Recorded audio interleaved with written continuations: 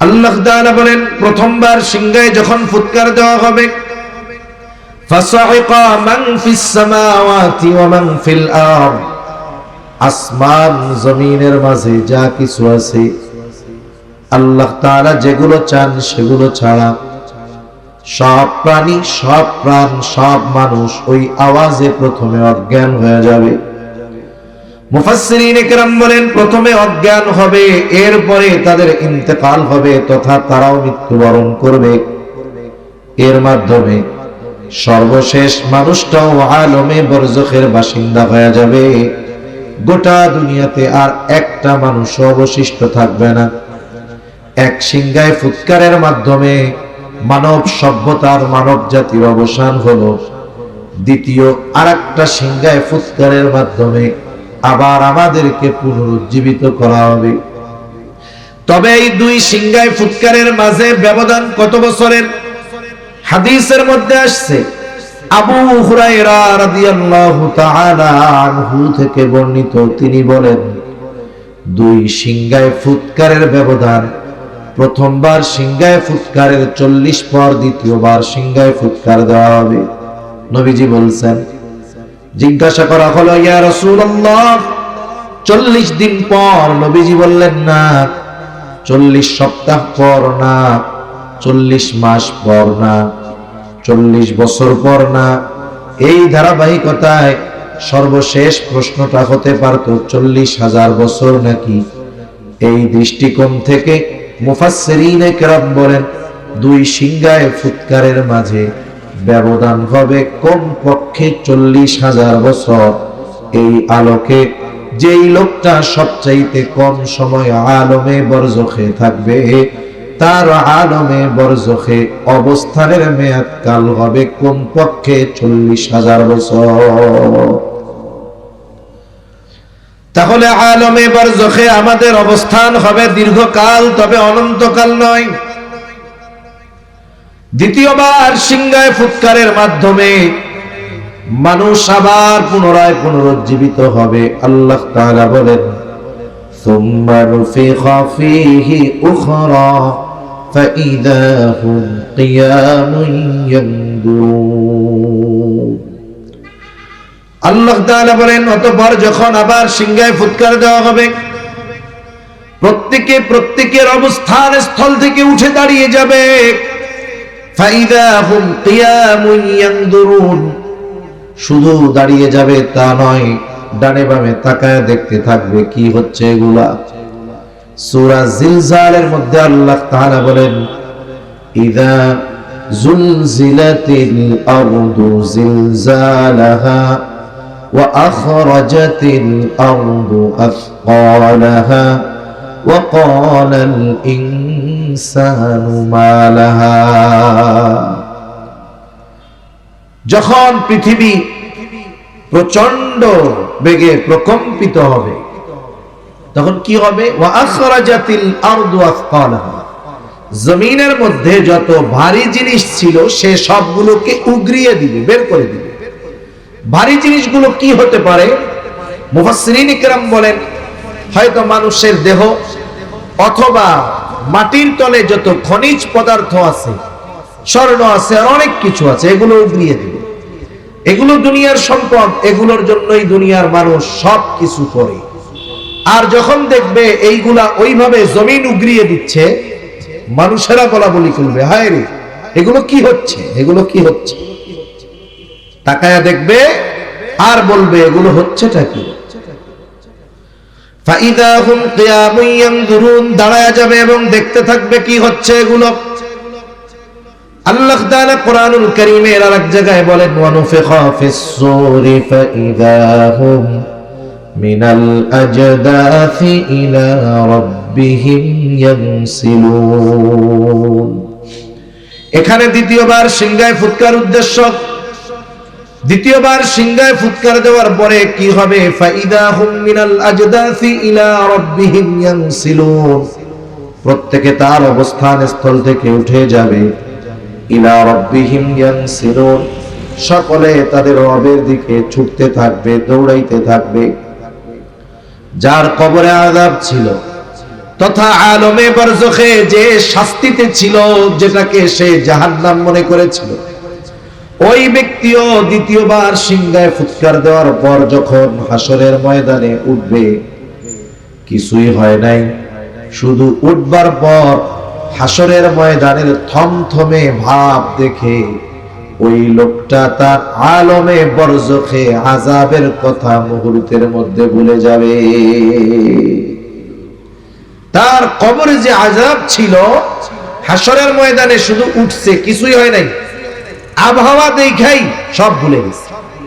মাঝে মধ্যে এই বৈশাখ মাস যখন আসবে, বৈশাখ মাসে আমরা মাঝে মধ্যে কি দেখি, হঠাৎ করে ভর দুপুরে চতুর্দিকে এমন কালো মেঘ হয়ে যায়, কেমন যেন মনে হয় সন্ধ্যা নেমে গেছে। এই ধরনের দৃশ্য, একটা থমথমে ভাব, গোটা দুনিয়া কেমন যেন নিস্তব্ধ নীরব, অটোমেটিকলি কিছুই হয় নাই, কিন্তু হয়েছে শুধু ওইটা আবহাওয়ার একটু পরিবর্তন। কিন্তু ওই দৃশ্যটা যখন আমরা দেখি, একেবারে গগনে অন্ধ নিমেষ কালো অন্ধকার মেঘ যখন দেখি, তখন অন্তরের মধ্যে স্বাভাবিক নিজের অজান্তে অজানা এক আশঙ্কা, ভয়, ভীতি অন্তরের মধ্যে জাগ্রত হয় কি হয় না? কিয়ামতের ময়দানের ওই অবস্থা, কিছুই হয় নাই, শুধু ভাব দেখেই তাদের অবস্থা খারাপ। তারা কি বলবে? যাদের কবরে আযাব ছিল তারা বলবে, ক্বালু ইয়া ওয়াইলানা মান বাআসানা মিন মারকাদিনা হাযা মা ওয়া'আদার রাহমানু ওয়া সাদাকাল মুরসালুন। ওই মানুষেরা বলবে, কে আমাদেরকে আমাদের অবস্থান স্থল থেকে উঠায় দিল, কে আমাদেরকে জাগায়া দিল? ওই আবহাওয়া দেখা কবরের আযাব ভুলে যাবে, মনে করবে কবরে মনে হয় তারা ঘুমিয়েছিল, আরামে ছিল। এই জন্য বলবে, মান বাআসানা, কে আমাদেরকে জাগায়া দিল?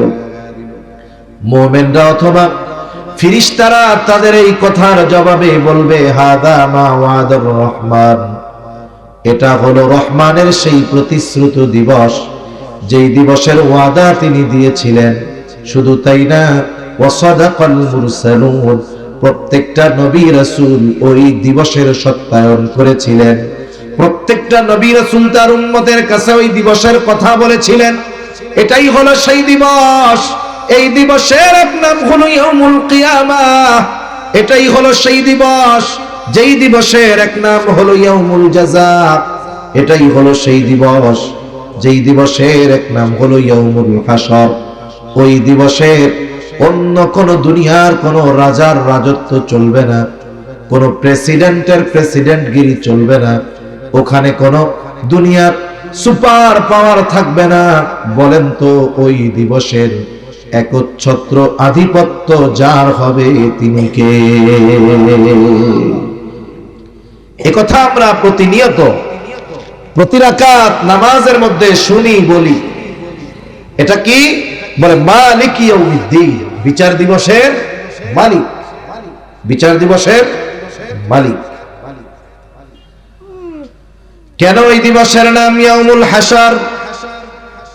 কারণ ওই দিবসে পৃথিবীর শুরু থেকে নিয়ে শেষ পর্যন্ত সকল মানুষকে একত্রিত করা হবে। কেন ওই দিবসের নাম ইয়াউমুল জাযা, প্রতিদান দিবস? কারণ ওই দিন প্রত্যেকটা মানুষকে তার দুনিয়ার কর্মের পূর্ণ প্রতিদান আল্লাহ তাআলা দিবে।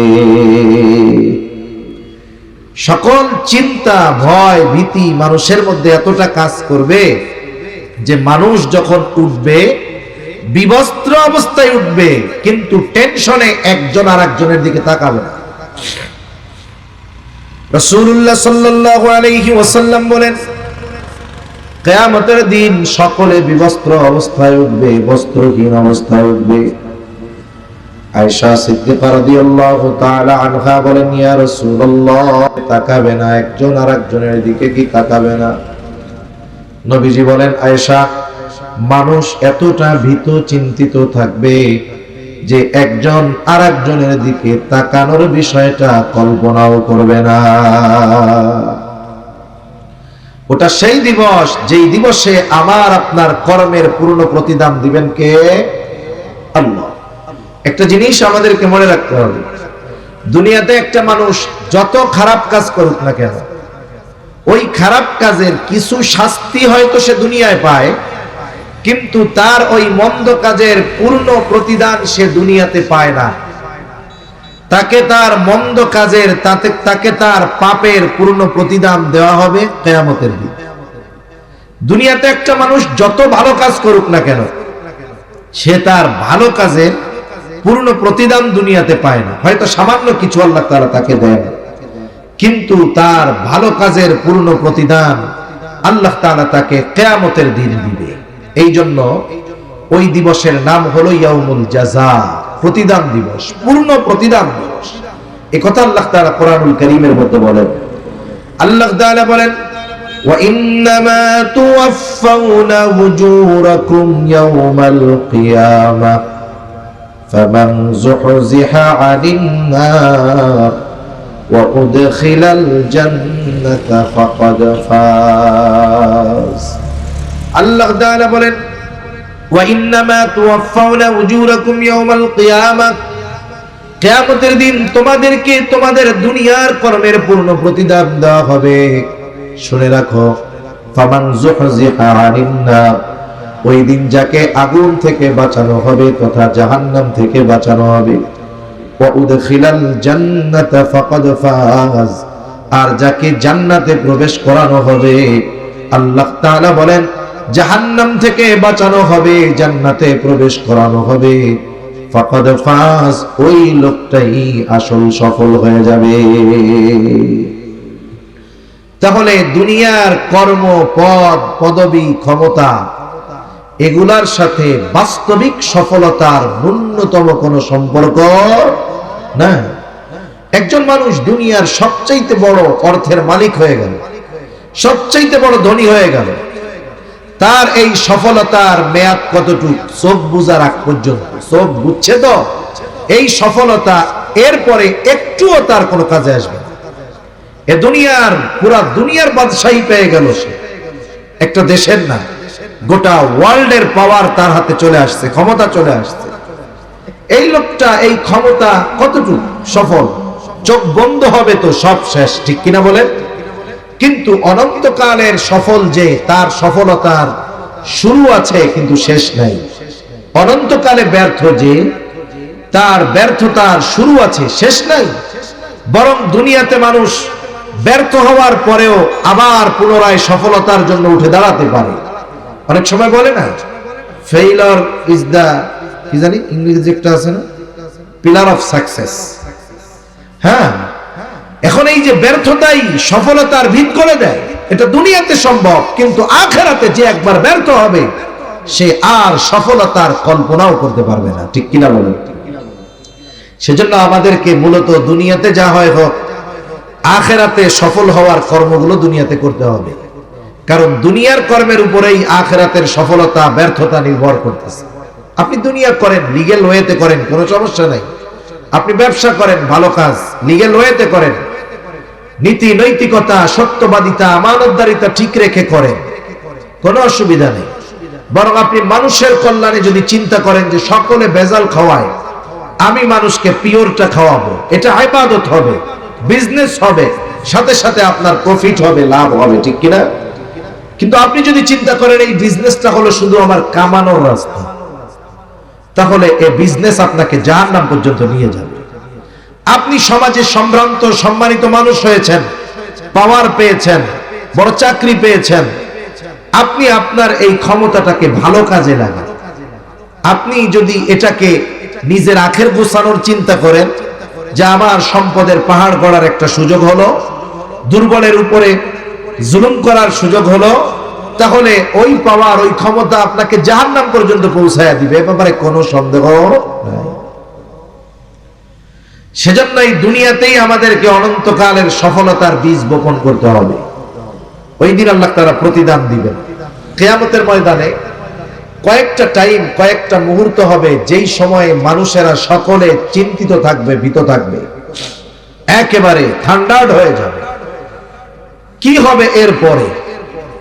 যেমন যখন পরীক্ষার ফলাফল ঘোষণার একেবারে চূড়ান্ত মুহূর্ত হয়, যে স্টুডেন্ট সে কতটা টেনশনে থাকে সে সেটা বুঝতে পারবে, কারণ সে জানে এখনই যেটা প্রকাশিত হবে এটাই আমার সফলতার খবর, এখনই যেটা প্রকাশিত হবে এটাই হয়তো বা হতে পারে আমার ব্যর্থতার খবর। ঠিক কিনা বলেন? দুনিয়ার ফলাফল প্রকাশের আগে কত টেনশন, যেই ফলাফল খারাপ হলেও নেক্সটে ভালো করার সুযোগ থাকে, কিন্তু আখিরাতের ময়দানে যখন ফলাফল খারাপের ঘোষণা আসবে এটাকে রিকভারি করার কোনো সুযোগ মানুষের জন্য আর থাকবে না। যেই সময়গুলোতে মানুষ সবচাইতে চিন্তিত ভীত থাকবে এর মধ্যে অন্যতম একটি টাইম হলো যখন মানুষকে আমলনামা দেওয়ার খবর জানানো হয় যে এখন তোমাদের সবার আমলনামা দেওয়া হবে, মুমিন হোক আর কাফের হোক, সকলকে সকলের দুনিয়ার আমলনামা আমলের খবর ফাইল আকারে পৌঁছায়া দেওয়ার ব্যবস্থা আল্লাহ তাআলা রেখে দিয়েছেন। আল্লাহ তাআলা ঘোষণা দিবেন আমলনামাগুলো ছেড়ে দেওয়া হবে, প্রত্যেকের আমলনামা প্রত্যেকের হাতে পৌঁছিয়ে যাবে। কেউ বা ডান হাতে আমলনামা পাবে, কেউ বাম হাতে পাবে। ডান হাতে যারা আমলনামা পাবে এর দ্বারা তারা নিশ্চিত হবে যে আমাদের জাহান্নামে যাওয়া লাগবে না, তবে পাপের কারণে কিছুকাল জাহান্নামে থাকা লাগতে পারে কিন্তু অনন্তকাল জাহান্নামে থাকা লাগবে না। এই জন্য যারা ডান হাতে আমলনামা পাবে তারা কতটা আনন্দিত হবে। আল্লাহ তাআলা কোরআনুল কারীমের মধ্যে বলেন فَأَمَّا مَنْ أُوتِيَ كِتَابَهُ بِيَمِينِهِ فَيَقُولُ هَاؤُمُ اقْرَءُوا كِتَابِيَهْ إِنِّي ظَنَنْتُ أَنِّي مُلَاقٍ حِسَابِيَهْ। যারা ডান হাতে আমলনামা পাবে এরা আনন্দে বলবে ফায়াকুলু হাউম ইকরাউ কিতাবিয়া, তারা আনন্দে বলবে এই তো আমার কিতাব, এই তো আমার আমলনামা, তোমরা পড়ে দেখো আমার কিতাব, আমার আমলনামা। আনন্দে সে মানুষদেরকে ডান হাতে আমলনামা পাওয়ার কারণটাও বলবে। সে বলবে আমি ডান হাতে কেন আমলনামা পাইছি জানো? কারণ আমি এই ব্যাপারে দৃঢ় ধারণা রাখতাম যে আমাকে আমার কর্মের হিসাবের মুখোমুখি হওয়া লাগবে।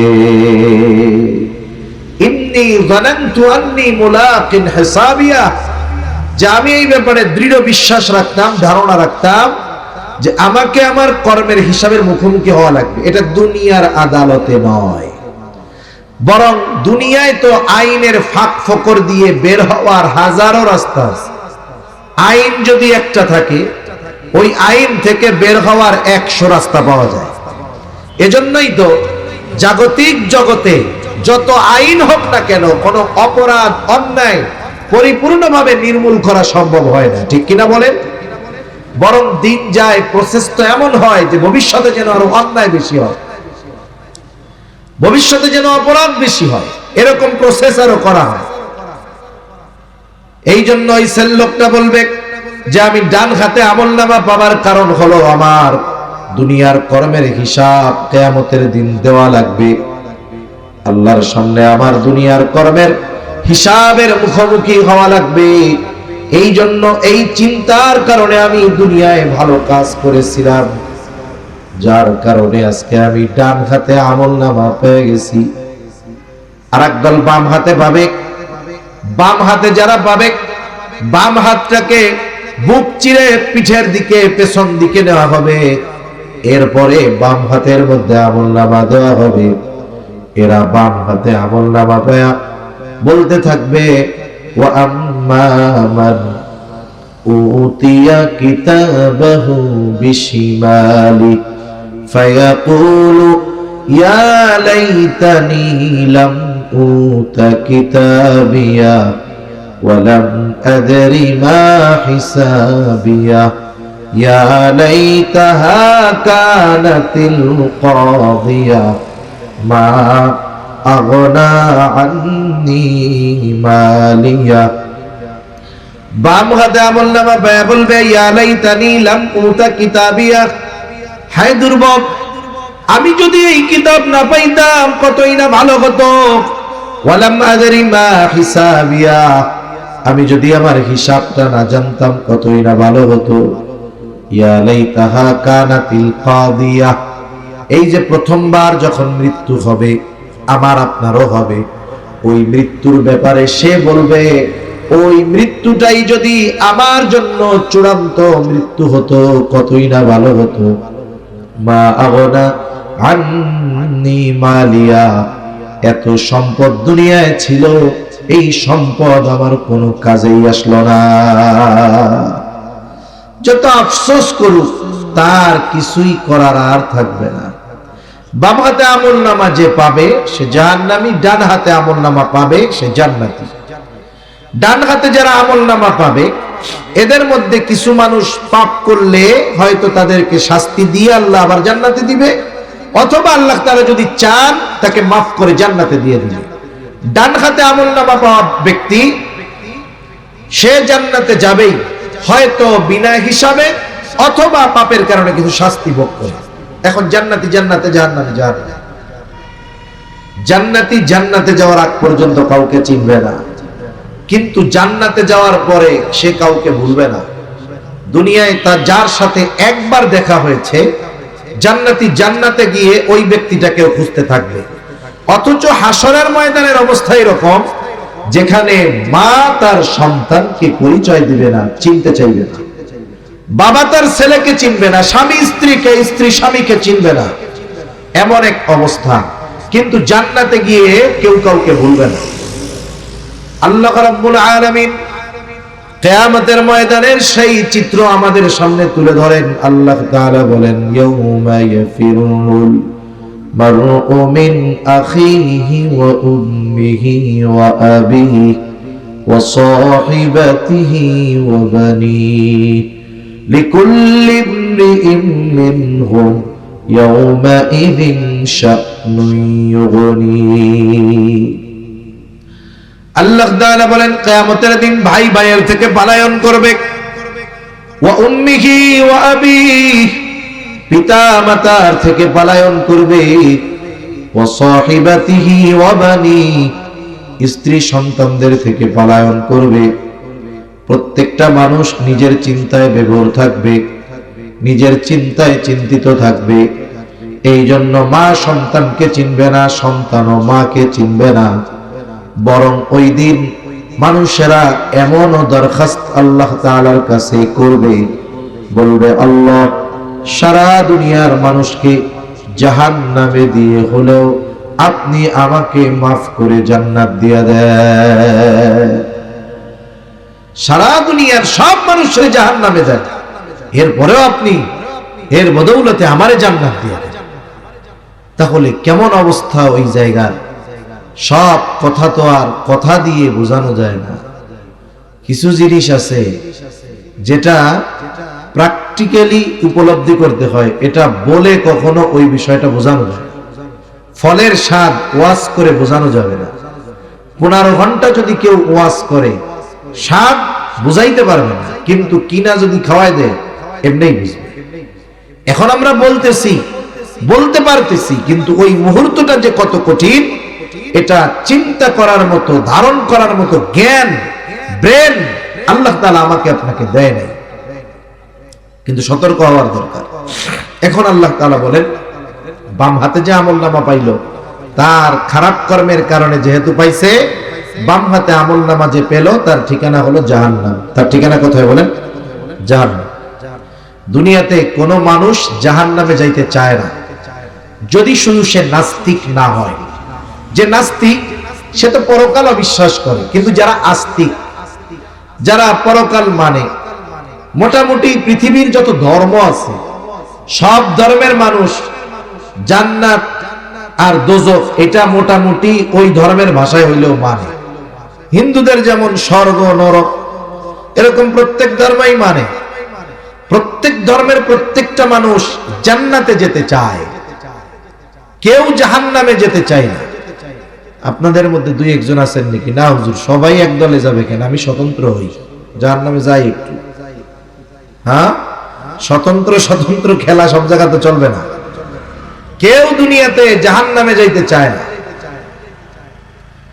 বেনামাজিও জাহান্নামে যাইতে চায় না। সারা জীবন আল্লাহর নাফরমানি করছে, ওকেও জিজ্ঞাসা করবেন, ও জাহান্নামে যাইতে চায় না। বরং বেনামাজি নাফরমান নামাজির আগে জান্নাতে যাইতে চায়। এই জন্য সমাজে কিছু মানুষ আছে দেখবেন এরকমও কয়, আরে নামাজ না পড়লে কি, নামাজির চাইতে আমার ঈমান ঠিক আছে। এই জন্য ঈমান বেশি থাকার কারণে ও নামাজ পড়েও ঈমান কম, এই জন্য আমার ঈমান বেশি, এই জন্য ওই নামাজির চাইতে আমি আগে জান্নাতে চলে যাব। এরকম বলেন না লোক আপনাদের এলাকায় তো নাই, আছে এরকম বলা লোক সব জায়গায় আছে। এখন আল্লাহ তাআলা জানায় দিলেন, কুল্লু নাফসিন বিমা কাসাবাত রাহিনা ইল্লা আসহাবাল ইয়ামিন। আল্লাহ তাআলা বলেন প্রত্যেকটা মানুষ তার কর্মের কারণে আবদ্ধ থাকবে। মুফাসসিরিনে কেরাম বলেন পরের আয়াতের দ্বারা এই বিষয়টা বোঝা যায় যে যারা বাম হাতে আমলনামা পাবে তারা তাদের কৃত কর্মের কারণে জাহান্নামের শাস্তির মধ্যে আবদ্ধ থাকবে। ইল্লা আসহাবাল ইয়ামিন, তবে যারা ডান হাতে আমলনামা পেয়েছে তারা নয়, কারণ ডান হাতে আমলনামা যারা পাবে তাদের ঠিকানা হলো জান্নাত। জান্নাতি এবার জান্নাতে যাবার পরে সকলের কথা মনে পড়বে, জান্নাতে গিয়ে দুনিয়ার বন্ধু বান্ধবকে খুঁজবে, কিন্তু জান্নাতের মধ্যে তাকায় দেখবে দুনিয়ার অনেক কাছের জন, প্রিয়জন, বন্ধু বান্ধব জান্নাতে নাই। এইবার জান্নাতীরা পরস্পর আলোচনা করবে, কি ব্যাপার, দুনিয়া তো অমুক ভাই আমাকে সাথে ব্যবসা করতো, ওরে তো জান্নাতে দেখি না। আল্লাহ তাআলা সেই কথাই বলেন, ফি জান্নাতিন ইয়াতাসাআলুন। জান্নাতীরা এবার পরস্পর আলোচনা করবে মুজরিমদের ব্যাপারে, পাপীদের ব্যাপারে। কারণ তাফসীরের মধ্যে আসছে আল্লাহ তাআলা জান্নাতী আর জাহান্নামীদের মধ্যে দেখা এবং কথাবার্তার ব্যবস্থা আল্লাহ তাআলা করে দিবে। জান্নাতী জাহান্নামীকে দেখবে, জাহান্নামী জান্নাতীকে দেখবে। জান্নাতী যখন জাহান্নামের দিকে তাকায় দেখবে তার অনেক কাছের মানুষ জাহান্নামের কঠিন শাস্তি ভোগ করতেছে। এই দৃশ্য দেখে সে আল্লাহ তাআলার কাছে শুকরিয়া আদায় করে বলবে, আল্লাহ দুনিয়ায় তো ওর সাথে আমি চলতাম, আপনি যদি আমার প্রতি অনুগ্রহ না করতেন আল্লাহ, হয়তো আজকে আমাকেও ওর সাথে জাহান্নামে যাওয়া লাগতো। এইবার জাহান্নামী জান্নাতীকে দেখবে, জাহান্নামী জান্নাতীকে দেখবার পর এমনিই তো জাহান্নামের কঠিন আযাব, এইবার দেখার পর ওর মধ্যে আফসোস বেড়ে যাবে, আহারে দুনিয়ায় যদি আমি ওর সাথে থাকতাম, সব সময় যদি ওর কথাগুলো মেনে চলতাম, তাইলে আমিও আজকে ওর সাথে জান্নাতের মধ্যে থাকতে পারতাম। এই আফসোস তার কষ্টের মাত্রাটাকে আরো বাড়ায়া দিবে। দুনিয়াতে এরকম অনেক আছে, মনে করেন পাশাপাশি দুইজন ব্যবসা করে, দুইজনের মধ্যে খুব খাতির, এক কাপ চা দুই বন্ধু মিলা ভাগ করে খায়, আছে না নাই? সিগারেটও খায়, আছে না? এমন তো করে। এমনি যা হোক না হোক, বন্ধু বান্ধব এক জায়গায় বসলে এই জাহান্নামের আলামত যাদের টানার অভ্যাস আছে, এটা গ্রুপ করে খায় খুব ভালো হয়। তা দুই বন্ধু এত খাতির যে এক কাপ চা আনলে দুইজনে আলাদা খাইতে পারে না, দুইজনে ভাগ করে খায়, এত মহব্বত। কিন্তু দুইজনের মধ্যে এক জায়গায় পার্থক্য, একজন নামাজের সময় হইলে নামাজে যায়, আর একজন যায় না। বন্ধু যখন ডাকে যে চলো বন্ধু নামাজ পড়ে আসি, কয় না আমার প্যান্ট পাক নাই, আছে না নাই? নামাজ যারা না পড়তে চায়, বুঝছেন, এদের অনেকগুলো বাহানার মধ্যে একটা বাহানা হলো কি, আমার পোশাক পাক নাই। বড় মুসলমানের পোলাপানের পেশাব এই পোশাক পাক না থাকে কেমন, আমি তো এটা বুঝি না। তার মানে এটা প্রস্রাব করে পানি নেয় না, প্রস্রাব করে পানি না নিলে, পরিষ্কার না করলে কি ক্ষতি হয় ডাক্তারদের কাছে জিজ্ঞাসা করবেন, বইলা দিবে কি কি রোগ হয়। এই যে বন্ধু নামাজের জন্য ডাকলো, ও গেল না, যতই খাতির থাক দুনিয়ায়, ওই নামাজি জান্নাতে যাবে, বেনামাজি জাহান্নামে যাবে, কোনো সন্দেহ আছে? এইবার আফসোসটা কি করবে? ওই আফসোস করবে, আরে ওই দিন যদি বন্ধুর ডাকে নামাজে যাইতাম, গুনার থেকে বাঁচতাম, সব সময় তো একসাথেই থাকতাম, ওই মুহূর্তগুলো যদি ওর সাথে কাটাইতাম, তাইলে আজকে আমিও ওর সাথে জান্নাতে থাকতে পারতাম। এই যে আফসোস, এটা তার কষ্টটাকে আরো বাড়ায় না। এখন বলতে পারেন এটা আবার কেমনে বাড়ে? আফসোসে কষ্ট কেমনে বাড়ে? একটা উদাহরণ দিলে বুঝতে সহজ হবে। মনে করেন আপনি এক জায়গায় গেছেন, কক্সবাজারে গেছেন। এখন কক্সবাজারে যারা টুরিস্ট আছে সবাই তো আর ভালো না, কিছু আসে তো বেয়াদব, আসে না এরকম দুষ্টু প্রকৃতির লোক। এক গ্রুপ আসছে ওখানে, আপনার সাথে তাদের একটু কথা কাটাকাটি হয়েছে, ওরা সংখ্যায় বেশি, পাওয়ার দেখাইতেছে বেশি। মনে করেন আর আনফরচুনেটলি আপনাকে একটা বকা দিয়ে দিল। স্বাভাবিক, কেউ যদি বকা দেয় এতে একটু খারাপ লাগাটাই স্বাভাবিক, ঠিক কিনা বলেন? আপনাকে আমাকে কেউ বকা যদি দেয়, অপরিচিত কেউ দেয়, এই কষ্টটা সাময়িক সময়ের জন্য থাকবে, দেখবেন 1-2 ঘন্টা পরে এটা স্বাভাবিক হয়ে যাবে, আপনি এটা গোনায় ধরবেন না। কে নাকি বলেন তো, ওই বকাটাই, যেই বকাটা ওই অপরিচিত লোকটা আপনাকে দিয়েছিল, ওইটা যদি আপনাকে আপনার পরিচিত একজন দেয়, ওই বকাটা, অপরিচিত লোক ওই বকা দিলে যেই কষ্ট পেয়েছেন, পরিচিত লোক যদি দেয় কষ্ট বেশি লাগবে না কম লাগবে? এভাবে করে স্টেপ বাই স্টেপ যাওয়ার পরে ওই বকাটা যদি আপনার সন্তান আপনাকে দেয়, বলেন তো এই বকাটা বিষাক্ত তীর হয়ে কলিজায় আঘাত করবে, ঠিক কিনা বলেন? শব্দ এক, কিন্তু শুধুমাত্র জবানের পরিবর্তনের কারণে কষ্টের কতটা পরিবর্তন হয়। এই জন্য মানুষের আফসোস অনেক সময় তাকে পীড়া দেয়, কষ্ট দেয়। এই কষ্টের কারণে অশান্তি আসে। ওই জাহান্নামীও ওই যে আফসোস করবে, গেছিলাম না কেন, যদি যাইতাম এই কষ্ট পাইতাম। এই আফসোস তার কষ্টের অনুভবকে আরো বাড়ায় দেয়।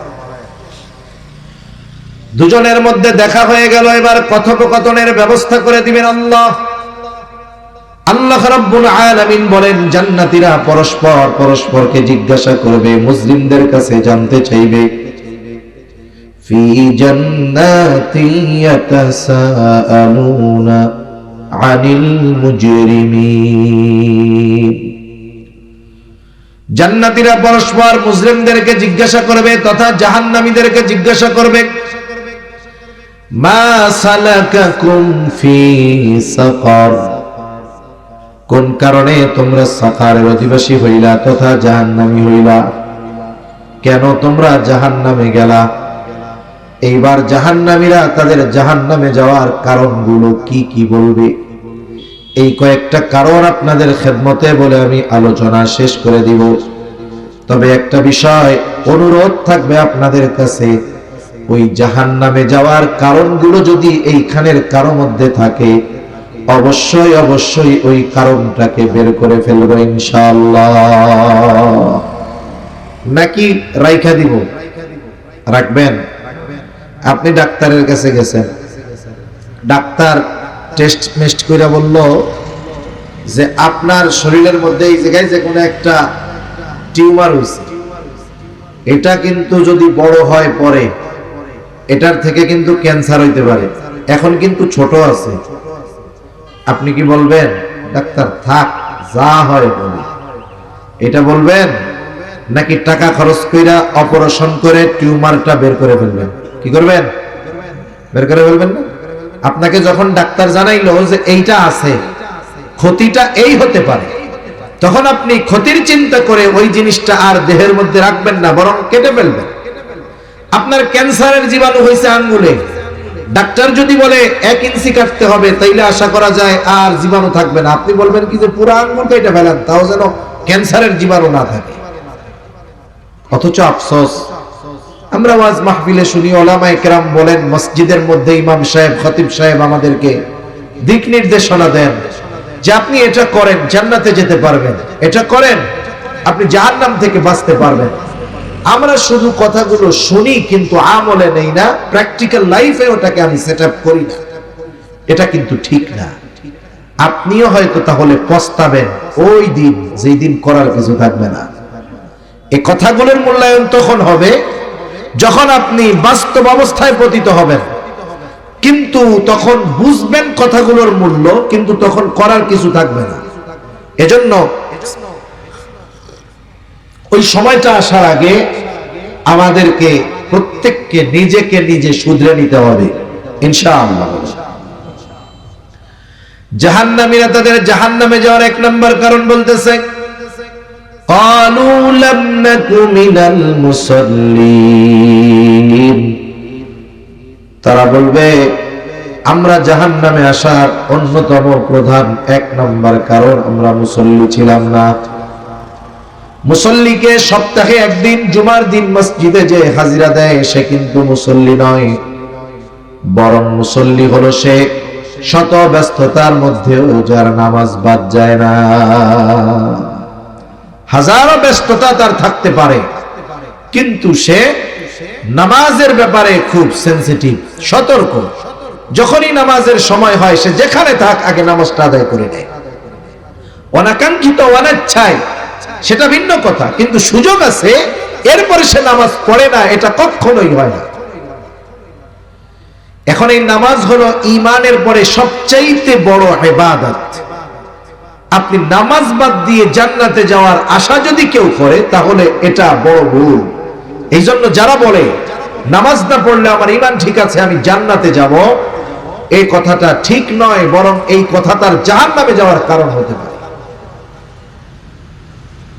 রাসূলুল্লাহ সাল্লাল্লাহু আলাইহি ওয়াসাল্লাম বলেন, নামাজ এত গুরুত্বপূর্ণ ইবাদত, কিয়ামতের দিন সর্বপ্রথম আল্লাহ নামাজের হিসাব নেবে। নবীজি বলেন, আউয়ালু মা ইউহাসাবু বিহিল আবদু ইয়াউমাল কিয়ামাতিস সালাত।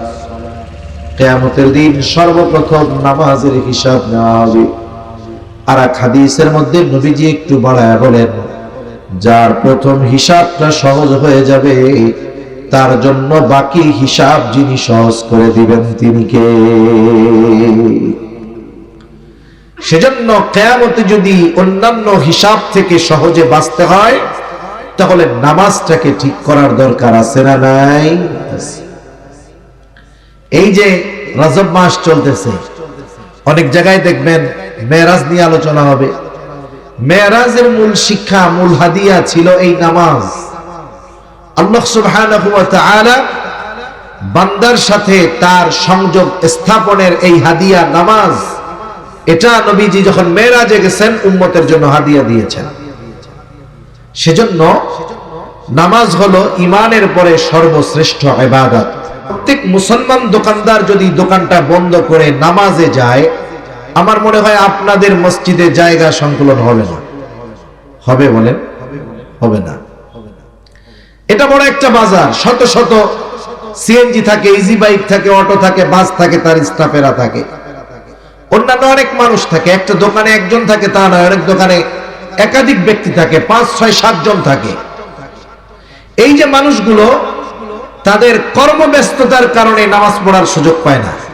জিজ্ঞাসা করবেন কেন পড়ো না, বলবে ব্যস্ততার কারণে পড়তে পারতেছি না। সিএনজি ওয়ালা নামাজ পড়ে না, কেন পড়ে না? বলে প্যাসেঞ্জার টানতে টানতেই তো টাইম শেষ, নামাজ পড়তে পারি না।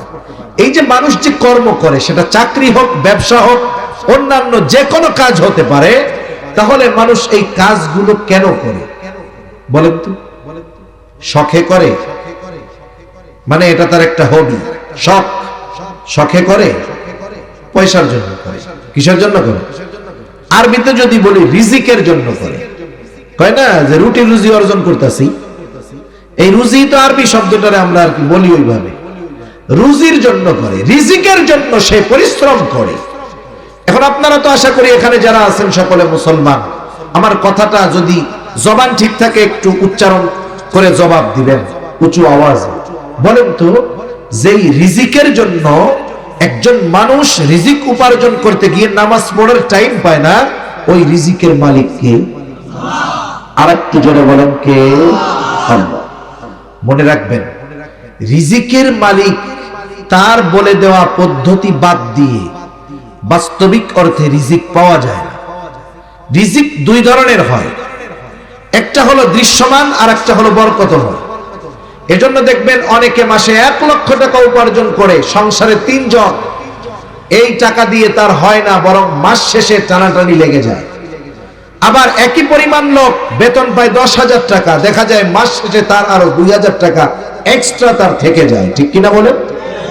এজন্য ফিগারের উপরেই যে রিজিক বরকত তা নয়, আল্লাহ তাআলা চাইলে কমের মধ্যে বরকত দিতে পারেন। এজন্য মানুষ যদি রাজ্জাকের ফর্মুলা বাদ দিয়ে রিজিক তালাশ করে, সে পেতে পারে, কিন্তু ওই পাওয়াটা বা ওই রিজিকটার মধ্যে কোনো বরকত থাকবে।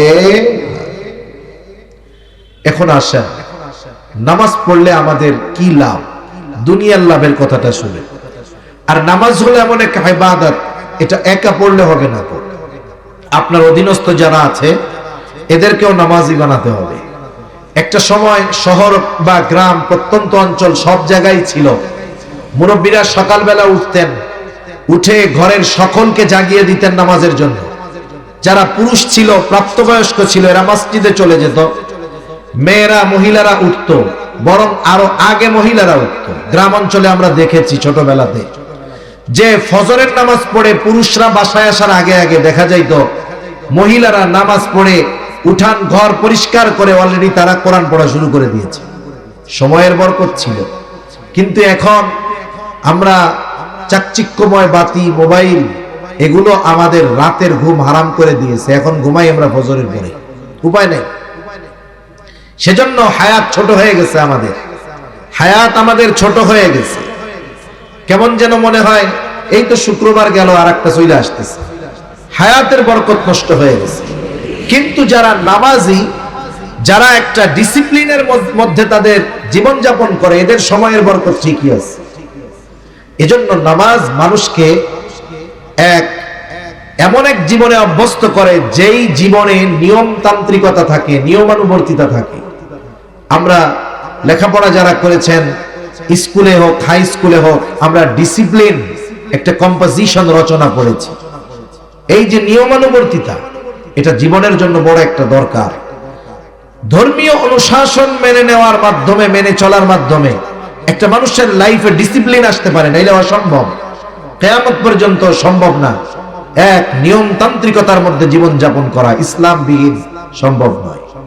এখন আসেন, নামাজ তো একা পড়লে হবে না। নামাজ পড়ে আপনি জাহান্নাম থেকে নিজে বাঁচবেন তা হবে, আপনার অধীনস্থকে বাঁচাতে হবে না, কারণ নির্দেশ আল্লাহ তাআলার। আল্লাহ তাআলা বলেন, ইয়া আইয়ুহাল্লাযীনা আমানু কু আনফুসাকুম ওয়া আহলিকুম নারা। আল্লাহ তাআলা বলেন, হে ঈমানদারেরা, নিজে জাহান্নামের আগুন থেকে বাঁচো, অধীনস্থদেরকে বাঁচাও। তার মানে নিজে বাঁচবা ইবাদতের মাধ্যমে, গুনার থেকে বাঁচার মাধ্যমে, অধীনস্থদেরকেও এইগুলো করানোর মাধ্যমে তাদের জাহান্নাম থেকে বাঁচাও। তাহলে নামাজ একা পড়লে হবে না, ঘরের মানুষদেরকে নিয়ে পড়তে হবে। আপনি যদি নামাজি হয়ে যান, আপনার ঘরের মানুষগুলো, আপনার সন্তান, আপনার স্ত্রী, আপনার কন্যা যদি নামাজি হয়ে যায়, লাভটা কি? আমার কথা না, আল্লাহ বলেন, ওয়া উমুর আহলাকা বিসসালাতি ওয়াসতাবির আলাইহা লা নাসআলুকা রিজকা নাহনু নারযুকুকা ওয়াল আকিবাতু লিত্তাকওয়া। আল্লাহ তাআলা বলেন, তুমি তোমার অধীনস্থ যারা আছে তাদেরকে নামাজের জন্য আদেশ দাও। ওয়া'মুর আহলাকা বিসসালাহ, তুমি তোমার অধীনস্থদেরকে নামাজের আদেশ দাও। ওয়াসতাবির আলাইহা, তুমিও তার উপরে অটল থাকো। তার মানে এই মুমিন, তুমি নিজে মুসল্লি হও, ঘরের মানুষদেরকেও মুসল্লি বানাও। আল্লাহ তাআলা কেমন আবেগ, দরদ, মোহাব্বত নিয়ে বলতেছে, বান্দারে, লা নাসআলুকা রিজকা, আমি আল্লাহ তোমার কাছে তো রিজিক চাই না, বরং তোমরা যদি নামাজি হয়ে যাও, তুমি নামাজি হয়ে যাও, তোমার ঘরের মানুষ যদি নামাজি হয়ে যায়, আল্লাহ তাআলা বলেন, নাহনু নারযুকুকা, তোমরা নামাজি হওয়ার কারণে আমি আল্লাহ তোমাদেরকে রিজিক দিয়া দিব। তাহলে যারা মুসল্লি, তাদের রিজিকের জিম্মাদারি নিয়েছেন কে? আল্লাহ। আমি একটু আগে বললাম, একজন 1 লাখ উপার্জন করে মাস শেষে আরো টানাটানি, আরেকজন 10,000 পায় কিন্তু মাস শেষে তার আরো ডাইনে থাকে। আমি উদাহরণ অনেক কিছু দিয়ে দেওয়া যাবে, কিন্তু দৃশ্যমান একটা বিষয় নিয়ে আমি আপনাদেরকে বলি। আমাদের দেশে সবচাইতে সম্মানিত অবহেলিত, সম্মানজনক অবহেলিত লোক কারা জানেন? সম্মানজনক অবহেলিত কেন বললাম? সমাজে ইমাম সাহেবের সম্মান আছে না নাই? বলেন তো, এই ইমাম যদিও সমাজের সবচাইতে সম্মানিত, সমাজের বেস্ট অথবা বিগ স্যালারি তার না, সে যত মানের সম্মানিত ঠিক তাকে আমরা দেওয়ার বেলায় ততটা অবহেলা করি। অথচ দেখা যাবে আপনি ফ্যামিলি প্ল্যানিং কইরা এক হালির মধ্যে সীমাবদ্ধ আছে। বুঝেন তো? ফ্যামিলি প্ল্যানিং বুঝেন? ফ্যামিলি প্ল্যানিং কইরা এক হালি মানে 4 জনের মধ্যে আপনি আপনার জীবন গুছাইয়া ফেলছেন, আপনি, আপনার স্ত্রী আর 2টা সন্তান। কিন্তু ইমাম সাহেবরা তো এটা করে না, কারণ ওরা বিশ্বাস করে দেয় আল্লাহ, যা হবে হবে। দেখা যাবে ওনারা সব মিলাই হাফ ডজন, 4 বাচ্চা কাচ্চা, ওনারা 2 জন। আপনি মাস শেষে 50,000 টাকা পান, আপনার চলে না। ইমাম সাহেবের বেতন কত? 10,000 টাকা। এখন এই লোকের চলে কেমনে? আল্লাহ জানে চলে কেমনে। কিন্তু চলার কারণ যদি কোরআন সুন্নাহর আলোকে বিশ্লেষণ করা হয়, তাহলে দেখা যাবে দুনিয়ায় কোন ইমামের ঘরে এমন বউ নাই যেই বউ, ইমামের বউ, ইমামের ওয়াইফ নামাজ পড়ে না, বেনামাজি, এরকম একটা ইমামের ওয়াইফ আপনি দেখাতে পারবেন না। ঠিক কিনা বলেন? আর আমি চ্যালেঞ্জ দিয়ে বলতে পারবো, আপনাদের এইখানে অনেক মানুষ এমন আছে যে 5 ওয়াক্ত নামাজ পড়ে, কিন্তু তার ওয়াইফ 5 ওয়াক্ত নামাজ পড়ে না। আছে না নাই? সেজন্য কোন ইমামের ঘরের ওয়াইফ, স্ত্রী কখনো বেনামাজি হয় না। ইমামের ঘরে যারা থাকে প্রত্যেকেই নামাজি হয়, ইমামের মেয়েটা কখনো বেনামাজি হয় না। ইমাম সাহেবের মেয়েটা বেপরদায়, সে বাহিরে আসে না। ইমামের ছেলেটা কখনো বেনামাজি হয় না, বরং ওই ইমামের ঘরে যদি ছোট ছোট নাবালক বাচ্চারাও থাকে, ওরাও পাক্কা নামাজি হয়ে যায়। আর যেই ঘরে সকলে নামাজি, ওই ঘরের রিজিকের জিম্মাদারি নেওয়ার ঘোষণা যিনি দিয়েছেন তিনি কে? মাঝে মধ্যে অনেক সময় অনেকে প্রবাস থেকে আমাদের কাছে মেসেজ দেয়, মাঝে মধ্যে হোয়াটসঅ্যাপে দেয়, হুজুর দোয়া করেন, এত টাকা ইনকাম করি হুজুর, বরকত নাই। বরকত নাই কেন? কিছু করো নাকি? কারণ বিদেশে যারা থাকে এদের 2 ধরনের বদ অভ্যাস থাকে, 3 ধরনের বদ অভ্যাস থাকে। কয় ধরনের? 3 ধরনের। একটা হলো হয়তো নারী ঘটিত প্রবলেম থাকে, ওখানে সে তার সব উপার্জন ব্যয় করে ফেলে। অথবা তার জুয়া খেলার অভ্যাস থাকে, ওখানে সে তার সব উপার্জনকে ব্যয় করে ফেলে। অথবা তার ড্রিঙ্কস, মদ্যপানের অভ্যাস থাকে, ওখানে সে তার সব ব্যয় করে ফেলে। তা আমি জিজ্ঞাসা করি কয়েকটা, তোমার কি বদ অভ্যাস আছে? না হুজুর, কোনো বদ অভ্যাস নাই। তাহলে কত ইনকাম করো? বলে হুজুর লাখখানিক তো কামাই করি। তোমার খরচ কত? বলে খাওয়া মালিকের, থাকা মালিকের, আমার কোনো খরচ নাই। এই টাকা দেশে পাঠাই, এরপরেও থাকে না। নামাজ কালাম পড়নি ঠিক মতো? হুজুর নামাজ কালাম পড়ি, বিড়ি সিগারেট, কোনো বদ অভ্যাস নাই।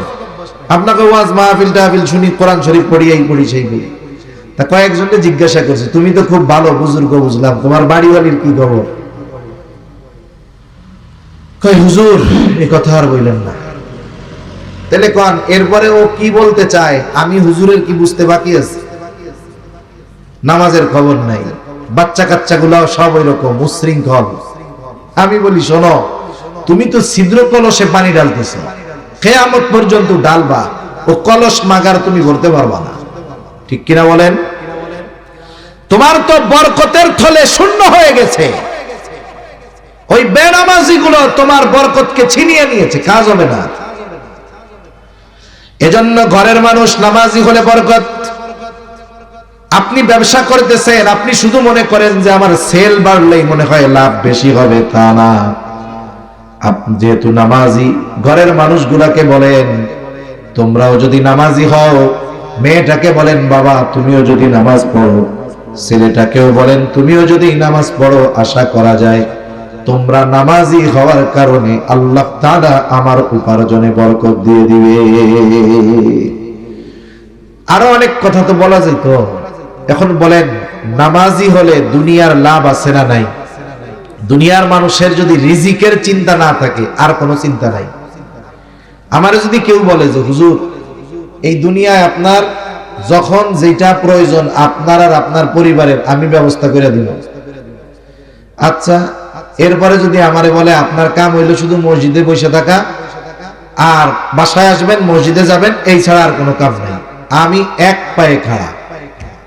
কারণ দুনিয়ার মানুষের সবচাইতে বেশি চিন্তা তার জীবন উপকরণ নিয়ে। রিজকের বাংলা অর্থ হলো জীবন উপকরণ। অথচ আল্লাহ বলেন বান্দা নামাজি হয়ে যাও, তোমার এই জীবন উপকরণের ব্যবস্থা আমি আল্লাহ করে দিব। সুবহানাল্লাহ বলেন। তাহলে নামাজ পড়লে দুনিয়ার লাভ আছে না নাই? আছে। যারা পড়েন তো আলহামদুলিল্লাহ, যারা পড়েন না নিজেরা শুরু করেন, ঘরের মানুষগুলোকে নিয়ে একসাথে শুরু করেন, ইনশাআল্লাহ বরকতের দুয়ার আল্লাহ খুলে দিবে। সাথে সাথে জাহান্নাম থেকে বাঁচা যাবে। কারণ জাহান্নামীরা জাহান্নামে যাওয়ার এক নাম্বার কারণ কি বলবে? আমরা মুসল্লি ছিলাম না, আর আমরা মুসল্লি হব। আমরা কি হব? জবান খুলে বলেন তো। মুসল্লি হব। আর 5-7 মিনিট কষ্ট দিব, কষ্ট হবে না তো? 2 নাম্বার তারা জাহান্নামে যাওয়ার কারণ হিসাবে বলবে কলাম নাকুনু তুআইমুল মিসকিন, আমরা মিসকিনদেরকে খানা দিতাম না, খানা খাওয়াইতাম না। সাধারণ মানুষকেও খানা খাওয়ানো ফজিলতের কাজ। একজন গরিব অসহায় যদি কোটিপতিকে খানা খাওয়ায় এটাও ফজিলতের কাজ। মিসকিন অসহায়কে খানা খাওয়াইলে আরো ফজিলতের কাজ। আত্মীয় স্বজনকে দাওয়াত দিয়ে খানা খাওয়াইলে ফজিলতের কাজ। আবার দেখেন কিছু কিছু ক্ষেত্রে আছে খানা খাওয়ানোটা শুধু ফজিলতের কাজ তা নয়, ঈমান সম্পৃক্ত বিষয়। কারো প্রতিবেশী যদি অভাবী হয়, অভুক্ত হয়, নবীজি বলেন লাইসাল মুমিন আল্লাযী ইয়াশবাউ, ওই ব্যক্তি মুমিন নয় যে নিজে পেট পুরে খায় আর তার পাশে তার প্রতিবেশী অভুক্ত থাকে। নবীজি বলেন ওই লোকটা মুমিন নয়। এজন্য প্রতিবেশীর দিকে আমরা একটু নজর দিব। এই যে রোজার মাস আসতেছে সামনে, আজকে তো 16 তারিখ রজবের, আর হয়তো 1.5 মাস, 40, 45, 43, 44 দিন আছে। আর এই যে রোজার মাস যখন আসবে, যাদের অ্যাবিলিটি আছে এরা তো অন্য চিন্তায়। কত মানুষ সামনে 10 আইটেমের ইফতার থাকার পরেও মনে হবে আরেকটা থাকলে খুব ভালো হইতো। 15 প্রকারের ফল আছে, আনারসটা নাই, কয়ে হারে আনারসটা থাকলেও ভালো হইতো। আপনি তো 15 আইটেমের পরে আর এক আইটেমের জন্য আফসোস করতেছেন, অথচ দেখা যাবে আপনার প্রতিবেশী সে পান্তা ভাত আর লবণ নিয়ে বসে আছে, আজান দিলে ইফতার করবে। ঠিক কিনা বলেন? এজন্য এই মানুষগুলোর দিকে আমাদের খেয়াল রাখতে হবে। অনেক মানুষ আছে পরিশ্রমের কাজ করে, আবার রোজাও রাখে। রোজার মাস আসলে টেনশনে পড়ে যায়, কারণ সে যে পেশায় নিয়োজিত এটা তার এতটা দৈহিক কষ্ট হয় যে তার জন্য রোজা রাখা কষ্টকর। এরকম যদি থাকে, আপনি ওই রোজাদারকে বলেন যে আপনারা স্বামী স্ত্রী 2 জন টেনশন নিয়ে, আল্লাহ আমারে দিছে এই গোটা রোজার মাস আপনারা 2 জন আমার মেহমান, খাওয়ান, মেহমান হিসাবে খাওয়াবেন, তাইলে মেহমানদারির সওয়াব। সাথে সাথে খাওয়াইছেন রোজাদারকে খাওয়ানোর সওয়াব। সে যদি প্রতিবেশী হয়, প্রতিবেশী হওয়ার কারণে এক সওয়াব, আবার যদি দরিদ্র হয় তাহলে দরিদ্র হওয়ার কারণে আরেক সওয়াব। ঠিক কিনা বলেন? চিন্তা করছেন এগুলা? সেজন্য মানুষকে খানা খাওয়ানোর অভ্যস্ত হওয়ার দরকার, বাট সেটা বিনিময়ের আশায় না। ওই যে আমাদের দেশে বিভিন্ন সময় বিভিন্ন অনুষ্ঠান করে, বিয়ের অনুষ্ঠান, আত্মীয় স্বজন দাওয়াত দিয়া দুমসে খাওয়াইয়া টেবিল একটা পাইতা বসে থাকে, ক্যাশ কাউন্টার দিয়ে রাখে। এটা কোনো সভ্য সমাজের সভ্য কাজ না। এগুলো ইউরোপ আমেরিকানদের কালচার। দাওয়াত দিয়া দিলে আমি তাহলে টাকা নিব কেন? সেজন্য দাওয়াত যাদেরকে দিব আগের থেকে বলে দিব, আপনি দাওয়াত তো নিলেন, আমার পক্ষ থেকে শর্ত হইল নো গিফট গ্রান্টেড, কোন এর বিনিময়ে কোনো কিছু গ্রহণ করা হবে না। কারণ সাহাবা ইকরাম মানুষদেরকে খানা খাওয়াইছেন কার জন্য বলেন? তারা কি বলতো খানা খাওয়ায় জানেন? তারা বলতো ইন্নামা নুতঈমুকুম লিওয়াজহিল্লাহি লা নুরিদু মিনকুম জাযাআন ওয়ালা শুকুরা।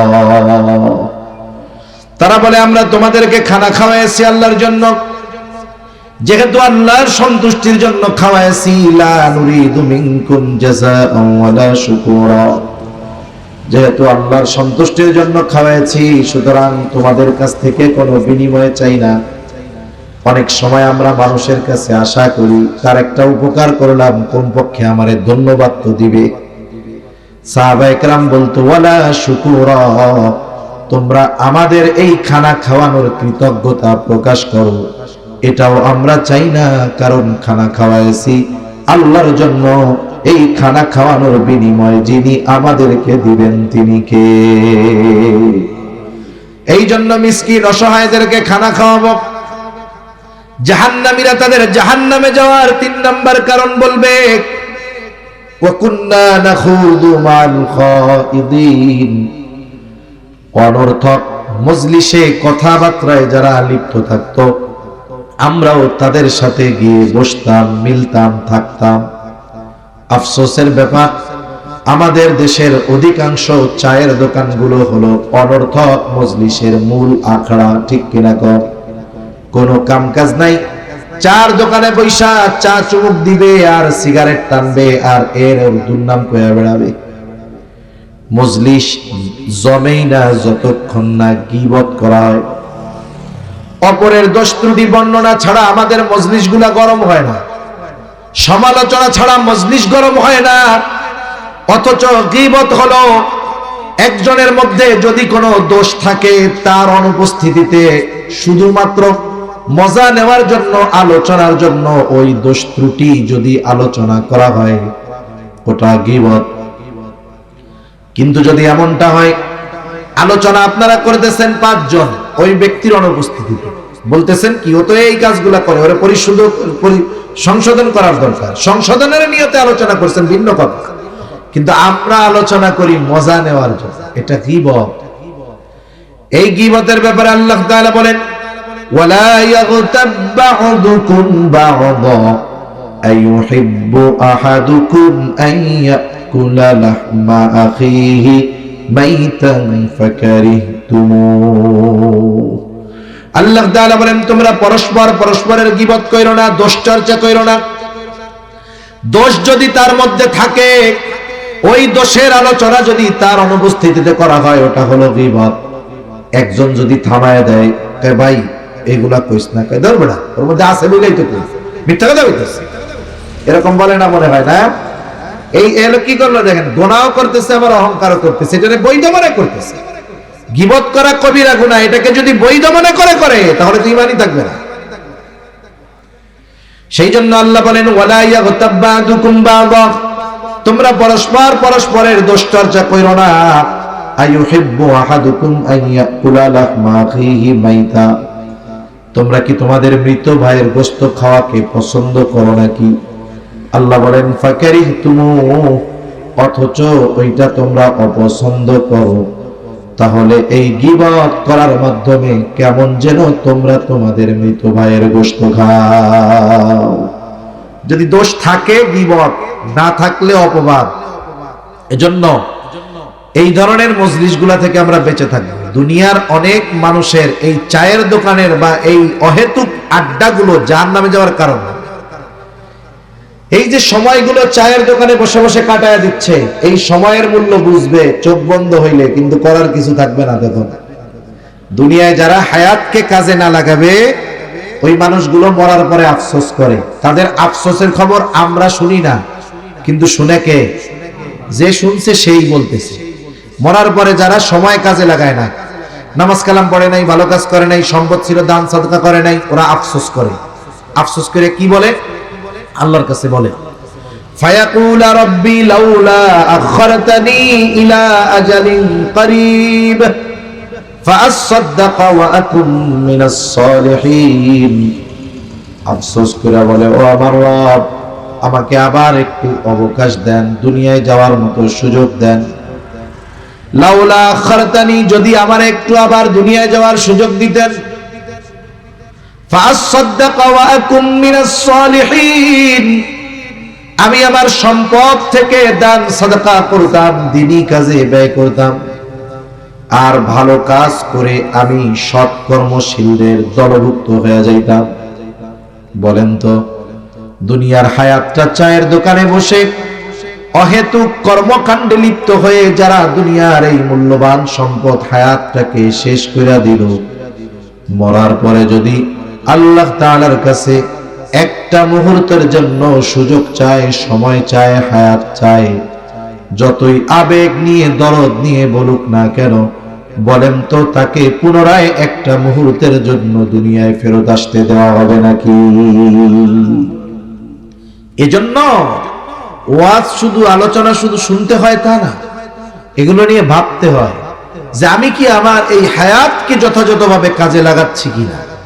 এগুলো বাসায় গিয়ে মাথার সাথে বালিশের সাথে মাথা লাগা একটু ভাববেন যে আমি যদি আজকে মারা যাই তাহলে আমি কি আল্লাহর সামনে আমার বিগত হায়াতের জবাব দিতে পারবো কিনা। আপনি যদি মনে করেন যে না পারবো, কোনো অসুবিধা নেই, তাহলে তো আপনি আল্লাহর ওলি। আর যদি চিন্তা করে দেখেন যে না আমার অবস্থা তো এরকম নাই, তাইলে আপনি কামব্যাক করেন, আপনি ডাইভার্ট করেন, আপনি টার্ন নেন, লাইফ ঘুরান, নাইলে জীবন শেষ। ওই আফসোস করার আগে যেই সম্পদ আমার আপনার কাছে আছে এই সম্পদের মূল্যায়ন করতে হবে। 4 নম্বর তারা বলবে ওয়াকুন্না নুকাদ্দিবু বিয়াউমিদ্দিন, আমরা কিয়ামতের দিবসকে অস্বীকার করতাম। এভাবেই চলছে দুনিয়া। এক সময় হায়াত ফুরায় গেল, হাত্তা আতানাল ইয়াকিন, দৃঢ় সত্যের আগমন ঘটলো, অর্থাৎ মৃত্যু চলে আসলো, দুনিয়ার জীবন শেষ হলো। আমরা তাওবা করতে পারলাম না, ঈমান আনতে পারলাম না, দৃঢ় সত্যের আগমন ঘটলো, মৃত্যুবরণ করলাম।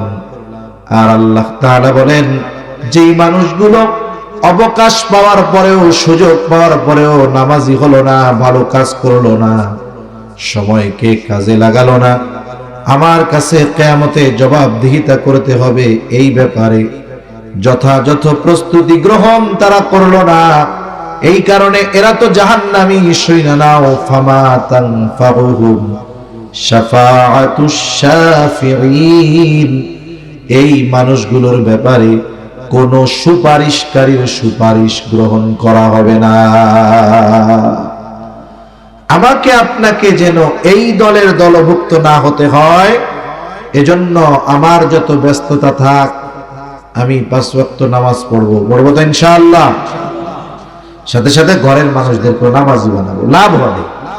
যারা প্র্যাকটিসিং মুসলমান, 5 ওয়াক্ত নামাজ যারা পড়ে, যাদের ঘরের মানুষ নামাজি, আপনি তাদের সাথে এগুলো শেয়ার করবেন, দেখবেন তার প্র্যাকটিক্যাল বাস্তব জীবনে সে কতটা সুখী, সে কতটা ডিপ্রেশন মুক্ত, আপনি তার সাথে আলোচনা করলে বুঝতে পারবেন।